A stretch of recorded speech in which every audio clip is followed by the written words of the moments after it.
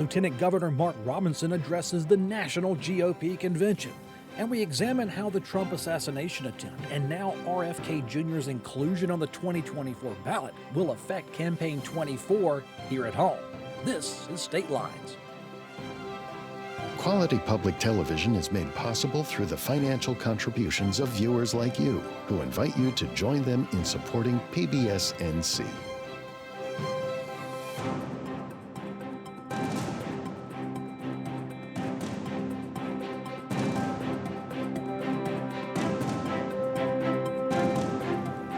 Welcome to State Lines. I'm Kelly McCullen. Joining me today, a great panel. Dawn Vaughan of the News and Observer, Senator Paul Lowe of Forsyth County, and beside him is Senator Benton Sawrey of Johnston County. Seat 4, our radio professional, print-turned-broadcast maven, WUNC's Colin Campbell. Hello, everyone. Good to be here. You know, there's a lot more than 5 topics we could talk about, so I hope we picked the right 5, Dawn. Hope we're ready for this. But we're going to start with Senator Sawrey.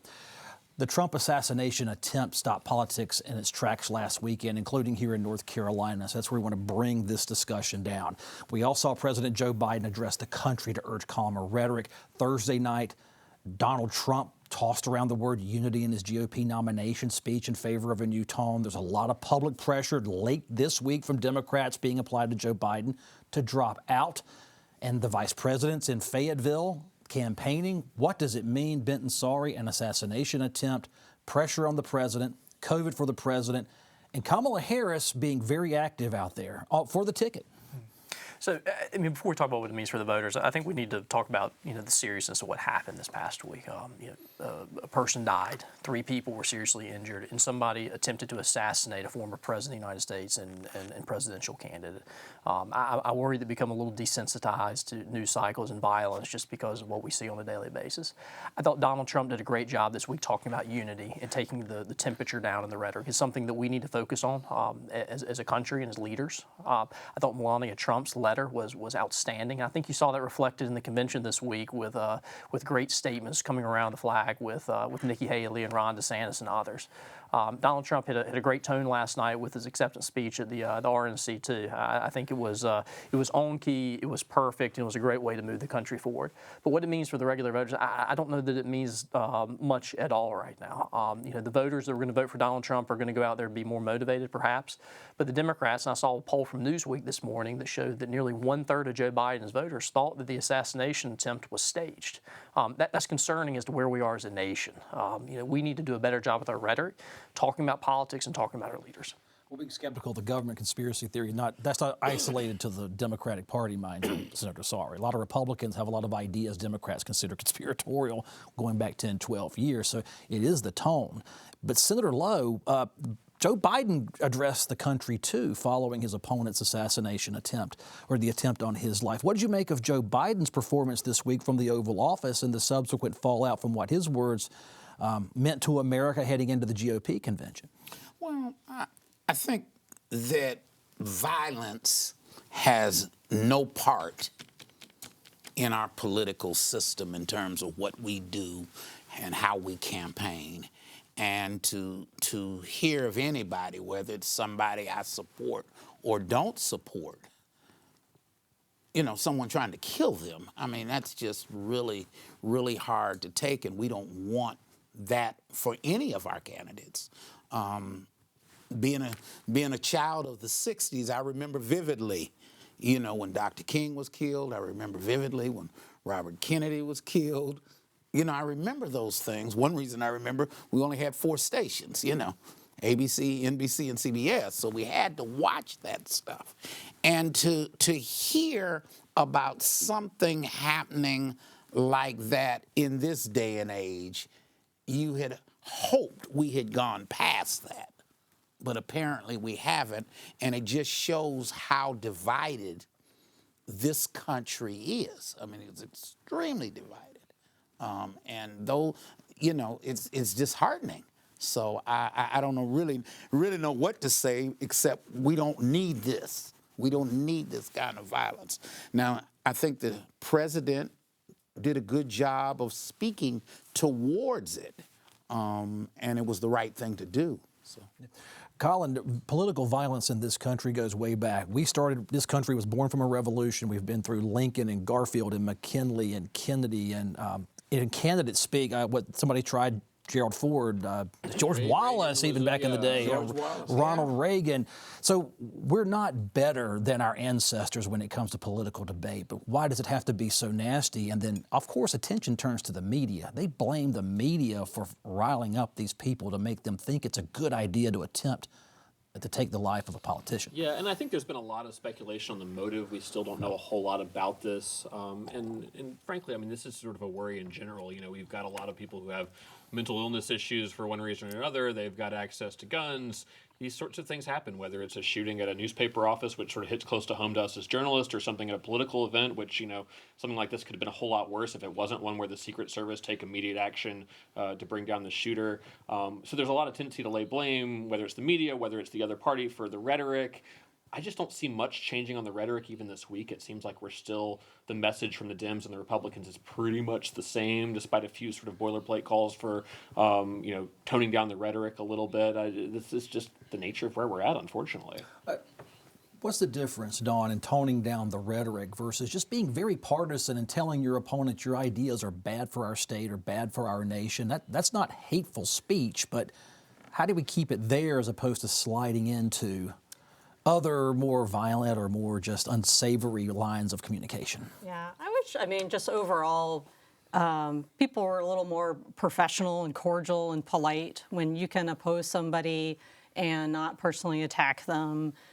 Someone's not a terrible person because they have an idea that you don't like. And I don't know if the gunman is any related to political discourse. You know, there's been people have known him over the years, talked about he's a registered Republican. Some said that he was more left. Some said he was, very conservative. So I don't know. I mean, and there's, he's a couple of years out of high school. School shootings have become a regular part of our life. Statistically, you're safe. But when, kids growing up and they're like, oh, someone was shot at this, a school was shot, a public place was shot, someone tried to shoot the former president, it just really just wears people down, I think. All right. Well, an aspect of the GOP convention was the invitation given to North Carolina Lieutenant Governor Mark Robinson, who addressed the crowd in Milwaukee this week. I am not one of the political elite. I grew up poor as the ninth of 10 kids in Greensboro with an alcoholic father who beat my mother. I love to tell you that I graduated from high school, found success, never worried about money again, but I can't. I lost 2 jobs, 2 manufacturing jobs because of NAFTA. I lost my car and my house. I was desperate. But my story isn't unique. Now I stand before you on the verge of becoming the first black governor of North Carolina. Colin, that's 3 different clips from a much longer speech that you can find online, but that's just to set the tone for this conversation. Lieutenant Governor Robinson took to the stage. I watched the speech just before 8 p.m., I think on Tuesday night. Not the tone in that speech that we are told he's giving in the church in White Lake, North Carolina. That speech sounded like he was describing his biography. Yeah, there's sort of 2 different types of Robinson speeches as I've covered him in his rise to where he's running for governor as the Republican nominee. You've got sort of his church speeches where he's sort of in front of a sympathetic audience. There's no time limit. He's often not speaking from notes, and that's where you'll get the sort of particularly incendiary remarks, things like some people need killing that have made headlines. And then you've got the sort of scaled back, toned down Robinson. This was only a 4-minute speech. It was very tightly choreographed, and he focuses on his personal background, his sort of rise from poverty to being a leading political figure. 2 different faces of him, so I think he managed to sort of stick to the script on Tuesday night, which I think will help his campaign overall in terms of getting his biography, his personal story out to a larger array of Republican voters who may contribute to his campaign. He's behind in fundraising with Democrat Josh Stein, so this sort of helps raise his profile and maybe gets us a little bit away from sort of the sound bites that we hear from some of his other speeches. Senator Sawrey, a very interesting speech from my standpoint, because I'm from rural North Carolina. My grandfather was a diehard Democrat, and he always believed, and my father believed, that Democrats represented the working man. I saw a working man giving a speech to the Republican National Convention. Has it always been there, or is this an effort by the Republicans to go, hey, we're, with the jobs, with trade policy, we're here for you, working person in North Carolina, or in his case, North Carolina. That was one of the best speeches I've heard Mark Robinson give. It was outstanding. It was in line with what I think the rest of the theme for the week at the RNC was. I mean, you saw that with Senator J.D. Vance's speech. He talked a lot about the working class. I mean, that's his background. That's how his rise to politics was talking about those same issues. You saw union leaders, labor leaders at the convention this week, which is very different. So, I mean, I think this is the next step of the progression of the Donald Trump movement within the Republican Party. But again, Mark Robinson's story is very compelling. It's very compelling. The speech was outstanding, and I think he resonates a lot with voters in North Carolina right now who are concerned about inflation, security. He's speaking to them with respect to the issues that matter to them at the dinner table every night. Senator Lowe, you can speak to Republicans. You're a Democrat. You would have your side of this. But, it does seem like the parties are reassessing certain aspects of their platform, hardening in some areas, softening in others. Your take on Mark Robinson's speech coming to Republican voters as an everyman who lost 2 factory jobs and as a result had to declare bankruptcy due to trade policy. I didn't hear the speech, so I'm not really able to speak to that speech. As an African-American male, I've certainly gotten some jobs and I've lost some jobs. I've been fired before. I've been downsized before. So I think that's an experience of a whole lot of African Americans. We used to often say, the last to be hired and the first to be fired. So that's not new. In terms of coming from a background that had a whole lot of money, well, my parents didn't have a whole lot of money. My father was a factory worker at Boeing. My mother was, until she got the opportunity to go back to school, which was part of the New Deal, she, she worked as a domestic. That's not new for so many African Americans that I know and I grew up with that didn't have a silver spoon, didn't have a whole lot of money, but we did the best that we could with what we had. And I went to college, but we did the best that we could with what we had. So that doesn't sound like a new story to many of us. And I think it is important that whoever is running talk about regular middle-class folks, because that's the folks that are really hurting right now and that really need, a hand up, a leg up, however you want to say it. Dawn, did you watch the speech? I did. I wrote a story about it. Thank goodness. It's a speech. I've heard elements of this speech. It's just condensed down. So Yeah. what do you make of the Robinson speech? That was him on the national stage, not talking to PBS or not talking to News and Observer or any, quote, in-state or local outlet. Well, he's trying to, people who don't know who he is, he's basically introducing himself. The speech was pretty short. It was about 3.5 minutes, and he's giving a little bit of his bio, which everyone in North Carolina, people that pay attention to politics, I think are familiar with. It was in his, his autobiography where he's talked about this a lot. He didn't talk about policy. He complained about prices and blamed Biden for it, which, you're at RNC, you're going to do that.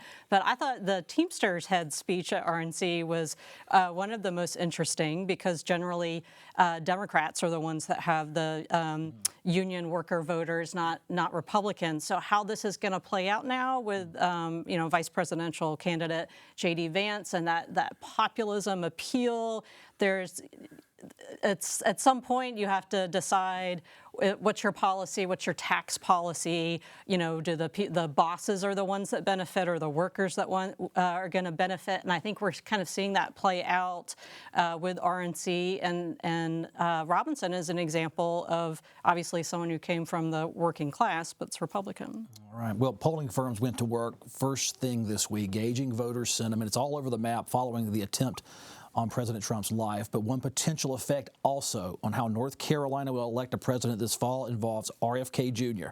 This week, the State Board of Elections approved RFK Jr., Robert F. Kennedy Jr.'s inclusion in the 2024 ballot. He is the nominee of the We the People Party now. Republicans have always argued, Senator Lowe, that the Democrats on the State Board of Elections were stalling RFK Jr. because it would hurt Democratic chances in November. RFK Jr. has publicly said he'll steal votes from both parties. And you got the Justice for All party out there with Cornel West. They're off the ballot due to, quote, alleged irregularities or signature fraud questions. Here come the third parties. And in this case, RFK Jr. was doing about 6-7%. That's a meaningful amount of North Carolina votes when you count that we're now above 10 million in population. Your thoughts? We've always had third parties, and I don't think it's any different now. I don't know that much about the work of the State Board of Elections as it relates to this particular event. You know. Do you generally trust them, even though in the last year or two they've made it a partisan? They've let people know fully it's 3 Democrats to 2 Republican votes.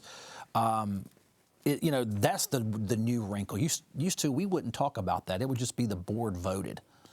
It's politicized now. I think it's politicized, and because it's politicized, there's certain things that come out of that. Certainly, the media, you all have more to write about now, you know, because it is politicized. But I'm not sure it means that much in this instance. You know, Cornel West, for whatever reason, wasn't made a part of this. Do I think that it'll steal that many votes from either party? In this country right now, we got a 2-party system. Good, bad, or indifferent. That's what we have. And I think that for any of those candidates to flourish, they've got to really do something that hasn't been done in modern history. You know, it's interesting, Senator Sawrey, this issue. Libertarians don't have trouble staying on the ballot. The Constitution Party has to work, but it seems to always make the ballot. And RFK Jr. is a high-profile candidate. If the Democratic ticket and the Republican ticket, if they don't stay on this course of calmer rhetoric, if you will, could RFK Jr. be a viable option, if nothing else, for a protest vote to keep for voting for someone that you just can't support? It wouldn't surprise me to see RFK get 10% of the vote in North Carolina. I think right now he's polling in the high single digits. You got to keep in mind, North Carolina's on track, and maybe it is today. You know, one of my other panelists might be able to confirm this, but I think our largest political party is no political party. It's the unaffiliated in North Carolina. So, I mean, I think the voters are signaling that Republicans and Democrats need to do better with their issues, talking to the voters and getting people on board with it. So it's no surprise to me to see RFK. It would not surprise me to see a significant protest vote. You see libertarians across the state have signed up to run for state house and state senate seats. It's healthy for democracy to have lots of different voices at the table, and I think it'll be an interesting debate going forward. The fascinating thing will be whether RFK gets on the debate stage with former President Trump and whoever the Democrat nominee is. Whoever was Joe Biden right now. Colin, I hear a lot of elected leaders refer to the unaffiliated voter. Unaffiliated doesn't mean you're unopinionated. This means you don't want to be bothered by a political party. I mean, part of the reason unaffiliated has become so popular in the state is because you get options in the primary. You can pick which primary, Democrat or Republican, you want to vote in. You know, in an era of political polarization, you can't look that person up and see whether they're Democrat or Republican. So as a journalist, I like having that option, but I think a lot of other people do as well, just to sort of keep their political views under wraps. But a lot of these unaffiliated voters, they go one way or the other. They're not switching back and forth between the two major parties every time. They lean left or they lean right for the most part. And so there's only a small percentage of people who are looking for an alternative that is not going to be a party that wins, that potentially throwing away your vote. And there's now going to be an array of options for people who want a third party, whether they're on the right and they don't like Trump, they can vote for the Constitution Party. If they're on the left and they don't like Joe Biden or whoever the nominee is, they can pick the Green Party or RFK, potentially Cornel West if he's successful in suing the Elections Board to get his name on the ballot. A lot of options out there. Dawn, with so many candidates out there, and in this case, Cornel West is a nationally known figure, and RFK Jr., of course, he has been for a variety of reasons. But in a limited newsroom, from your perspective, when you have these huge parties out there with big money, how do you divvy up the attention now to covering in-state campaign activities of what is now 3, maybe 4 high-profile candidacies? Well, I think it's driven by the news, Board of Elections decision. So, of course, that was some sort of action. So that's when we write about it. But, if, let's say, Stein, Robinson, and, everyone's having an event on the same day, you kind of have to pick and choose. But there are slower news days than others, and we do a lot of enterprise work where you spend more time on, and that's kind of where maybe our coverage with third parties would be. And they always say that the third parties always fall back to 1 or 2%, Senator Lowe. But do you see resilience in this ticket with all the turmoil, not only with the Republicans dealing with what they've dealt with, but now with Democrats dealing with the Biden ticket? I don't see that much resilience. We're just going. I don't see it, but it may be there, and I'm missing it, but I don't see it. We had pretty close elections in North Carolina, though, so a percent here and there can make a difference. Yeah. I think you're seeing, the potential for 5 to 7% being taken away from the top two party candidates, and it seems to be impacting the Democratic ticket more so than the Republicans right now. All right. Well, the wind down of the 2024 legislative session is giving lawmakers, I'll leave it to you gentlemen to tell me if I'm right about this, an opportunity to catch your breath, and for a few of them, a chance to resign and retire from office to do other things. Senator Jim Perry out of Eastern North Carolina, there he is on our show. He resigned this summer. This week, State House Appropriations Chairman Jason Saine says he's resigning to do other things, as is Democratic Representative Ashton Clemens. She's joining the UNC system for a new career change, that you can't be a lawmaker and obviously work in the UNC system, which I don't think you legally can. But let's go from there, Dawn. I will say this, few people, lots of talent leaving the General Assembly. Right. Some of that higher profile, whether it's because of their power. Obviously, Speaker Moore is, one of the two most powerful people in the building. Speaker Moore, right? Of course. He's leaving. And Representative Jason Saine, of course, has been on state lines many times. He is there's 3 head budget chairs in the House. There's also Dean Arp and Donnie Lambeth, but Saine is the little, more, as you've all seen on state lines, a little more gregarious, more affable, and more cordial, charismatic. And what I was saying about he's polite and professional when he talks about people, whether they agree or not. So I think he's got a lot of friends on both sides of the aisle. So him leaving is, going to be a big gap in the House. And Ashton Clemens has had, leadership position, and I think the same could be said for her with being able to work with with her own party and Republicans too. And Perry over in the Senate. It seems like, to me, a lot of people are leaving, and statistically it's maybe about the same between sessions. People find other jobs, want to run for other things, do something else, but because they're all so high profile. And then earlier this year, when Hardister, who was, House Republican whip, when he stepped down, and then, Mary Wills Bodie from the show is not going to. Is gone, yeah. So, it's going to be really big change, I think, for Colin and I covering the ledge, in 2025. And of course, these 2 senators are sticking around, it looks like, so we'll still see you next year. Are you sticking around, gentlemen? Yes. Okay, good. You'll hang in there with us for your vow of poverty. What do you think? Senator Lowe, what do you think? I mean, it's okay when people, some legislators hang in there to the bitter end, and then some get fed up with it and say, I've had enough, I want to make a living, or I've watched my child grow up from afar because I've been in Raleigh.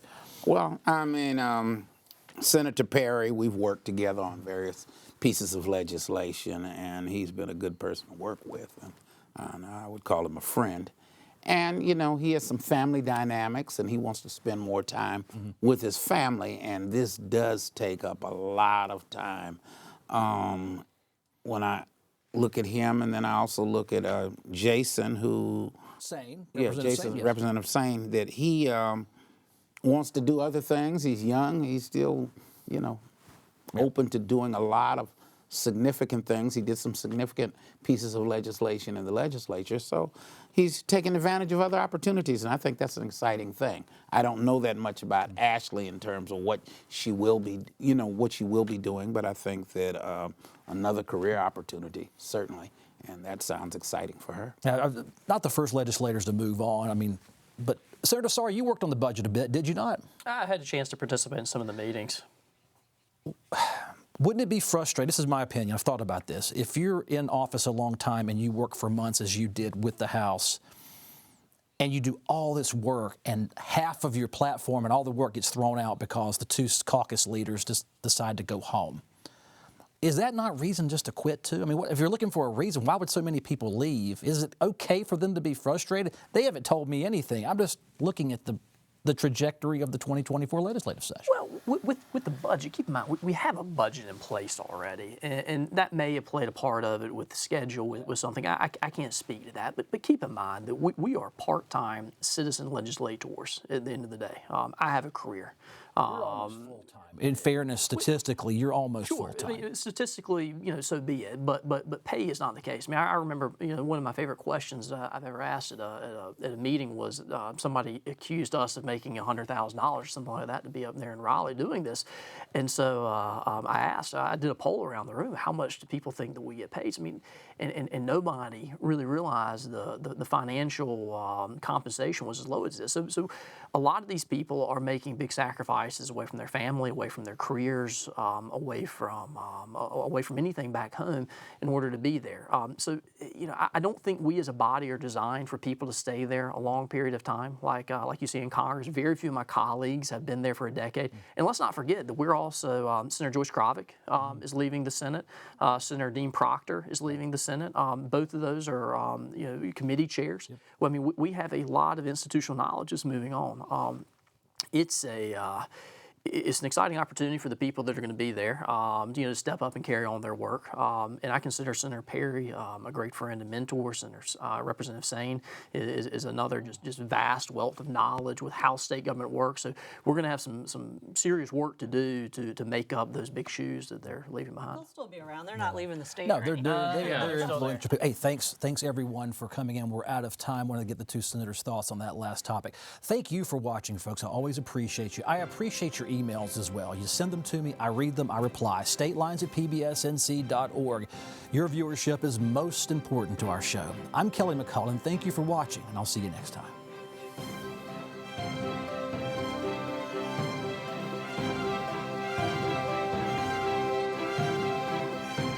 Quality public television is made possible through the financial contributions of viewers like you, who invite you to join them in supporting PBS NC.